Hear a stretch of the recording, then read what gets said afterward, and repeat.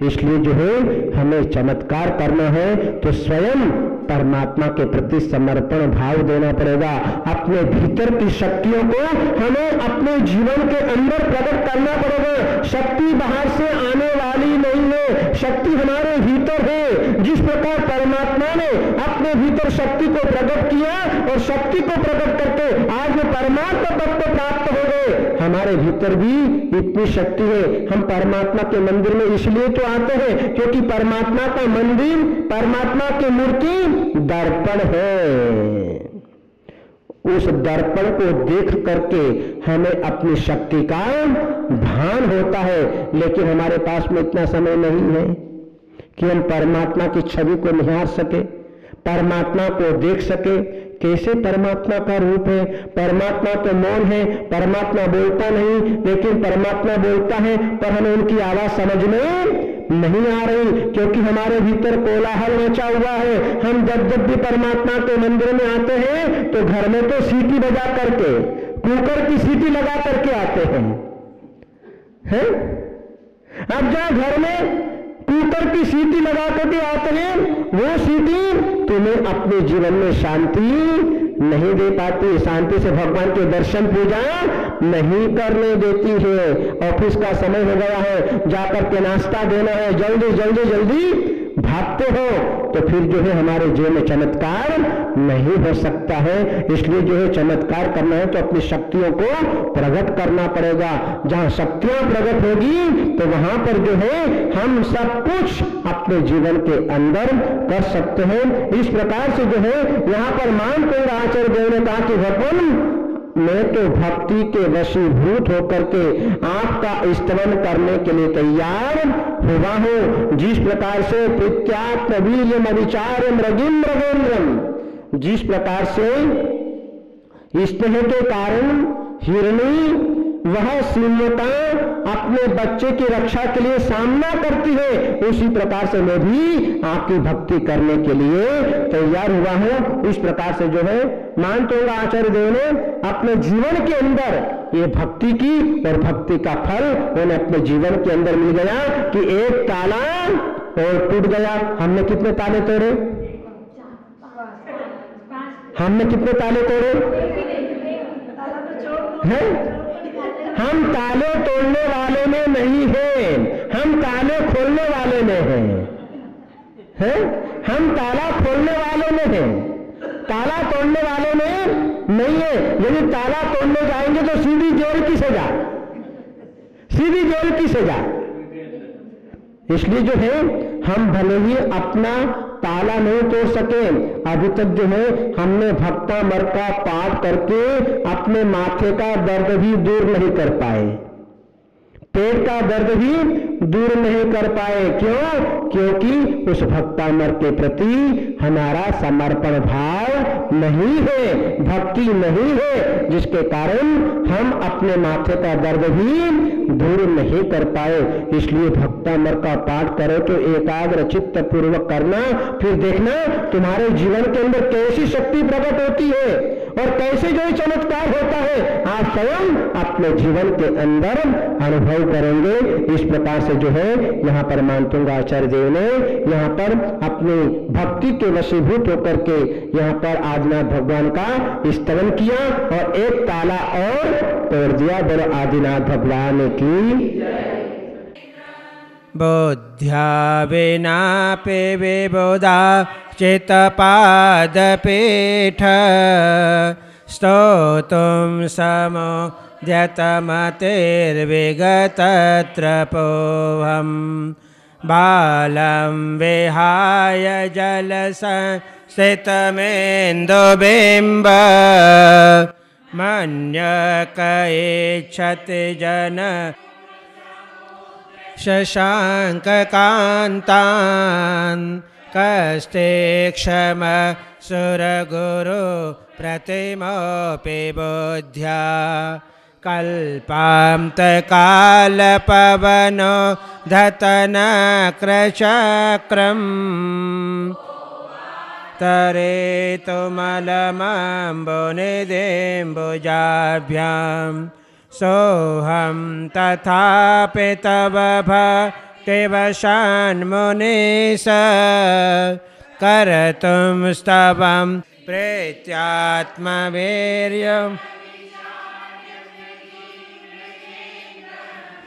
नाभ्येते किं निजशिशो परिपालनार्थम्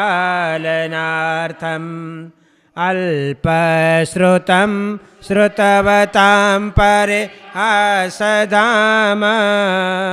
त्वद्भक्तिरेव मुखरी कुरुते बलान् मां यत्कोकिल किल मदौ मधुरं विरोते चाम्रचारुकलिका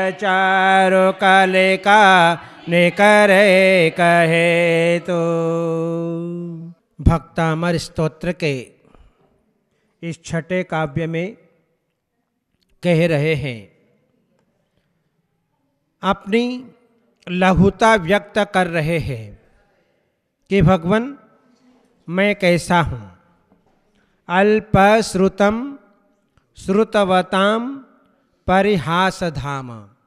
हे भगवान, मैं अल्पश्रुतम अल्प ज्ञान वाला हूँ, मेरे में ज्ञान नहीं है। श्रुतवताम और विद्वानों के मध्य में परिहासधाम हंसी का पात्र हूँ। लेकिन त्वद्भक्तिरेव मुखरी कुरुते बलान् माम। हे भगवान, बलान् माम जबरन, माम अने मुझको, त्वद्भक्तिरेव मुखरी कुरुते, आपकी भक्ति ही मुखरी कुरुते मुझे बाचाल कर रही है कि तुम भक्ति करो, भक्ति करो, भक्ति करो। ये जबरन भीतर से जो है मुझे प्रेरणा दे रही है। दृष्टांत दिया, यत् कोकिलः किल मधौ मधुरम विरोति। यत् अने जो, कोकिल अने कोयल, किल अने निश्चय से, मधौ बसंत ऋतु में, मधुरम विरोति मधुर बोला करती है, मधुर आवाज करती है। जैसे ही बसंत मास आता है कि कोयल जो है अत्यंत मधुर मधुर आवाज में बोलने लग जाती है। क्यों बोलने लग जाती है? तच्चारु चाम्र कलिका निकरेक हेतु। तच्चारु चाम्र कलिका, आम्र मंजरी की कलिका, निकर एक हेतु समूह, निकर ने समूह, उन आम्र मंजरी के समूह को देख करके कोयल अपने आप मधुर आवाज बोलने लग जाती है। कोयल जो है 1 वर्ष तक सतत मौन धारण किया करती है, बोलती नहीं है। लेकिन जैसे ही आम्र के वृक्ष के ऊपर आम्र की मंजरी, आम्र के पुष्प आने शुरू हो जाते हैं कि कोयल की जो है आवाज अपने आप खुल जाया करती है। मधुर मधुर आवाज जो है वह उसकी प्रारंभ हो जाती है। यहीं पर मानतुंग आचार्य देव कह रहे हैं कि जिस प्रकार से कोयल आम्र की मंजरी को देख करके मधुर आवाज बोलना शुरू कर देती है, उसी प्रकार से है भगवान, मैं तो अल्प श्रुतज्ञ हूँ, मेरे पास में ज्ञान नहीं है और मैं विद्वानों के बीच में, ज्ञानियों के बीच में मैं हंसी का पात्र हूँ। लेकिन फिर भी बलान माम, मुझको त्वद भक्ति रेव, आपकी भक्ति मुझे जबरन बुलवा रही है। देखो निमित्त क्या नहीं करता, निमित्त के बिना कुछ नहीं हुआ करता, निमित्त के बिना कुछ नहीं हुआ करता और निमित्त के बिना कुछ होता भी नहीं है। कई बार निमित्त मिलाने पड़ते हैं और कई बार अपने आप निमित्त मिल जाया करते हैं। निमित्त में ऐसी शक्ति है कि अपने भीतर के उपादान को भी जागृत कर देता है। इतनी शक्ति निमित्त के अंदर है। अभी महाराज यहां पर नहीं आते तो भवन की चर्चा नहीं होती। क्यों मोहनलाल जी हैं? महाराज आए, महाराज निमित्त मिल गए, संग निमित्त मिल गया, और जो भवन की चर्चा चल पड़ी। नहीं तो अभी सालों साल निकल जाते, पता नहीं कितना समय निकल जाता। क्यों कैलाश जी? है पता ही नहीं। जब निमित्त आता है तब ही काम होता है। इसलिए जो है यहां पर भी निमित्त मिला। कोयल को उस आम्र की मंजरी को देख करके अपने आप उसकी ध्वनि निकलना प्रारंभ हो गई। इसी प्रकार से मान तुंग आचार्य देव कह रहे कि भगवान मेरे पास में कोई शक्ति नहीं, मेरे पास में न तो ज्ञान शक्ति है, न तप शक्ति है, न संयम शक्ति है, न तप शक्ति है, कुछ भी नहीं है, लेकिन फिर भी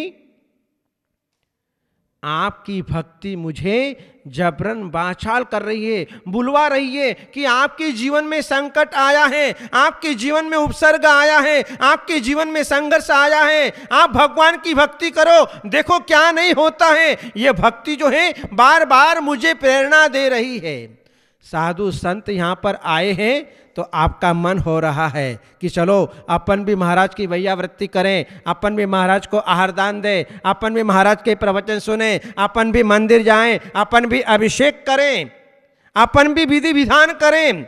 ये जो है बहुत बड़ा निमित्त, ये जो है भक्ति अंतरंग की जो है हमें बार बार वाचाल कर रही है, जबरन करे नहीं, तुम कर लो, क्योंकि ये समय बार बार आने वाला नहीं है। इसलिए जो है हम गुरुजनों की, साधु संतों की भक्ति अपने जीवन में करते हुए दिखाई दे रहे हैं। अल्प श्रुतम श्रुतवताम परिहास धामा, हम अल्प श्रुतज्ञ हैं, हमारे पास में भी कोई ज्ञान नहीं है। क्या ज्ञान है अपने पास में? कितना ज्ञान है अपने पास में?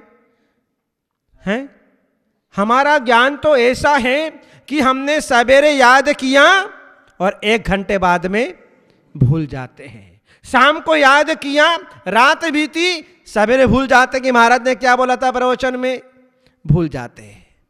सवेरे की बात शाम को याद नहीं रहती, शाम की बात सवेरे याद नहीं रहती। ऐसा हमारा ज्ञान का क्षयोपम है। जो मान तुंग आचार्य देव इतने ज्ञानी थे, क्योंकि ज्ञानी नहीं होते तो भक्तामर स्तोत्र की रचना नहीं कर सकते थे।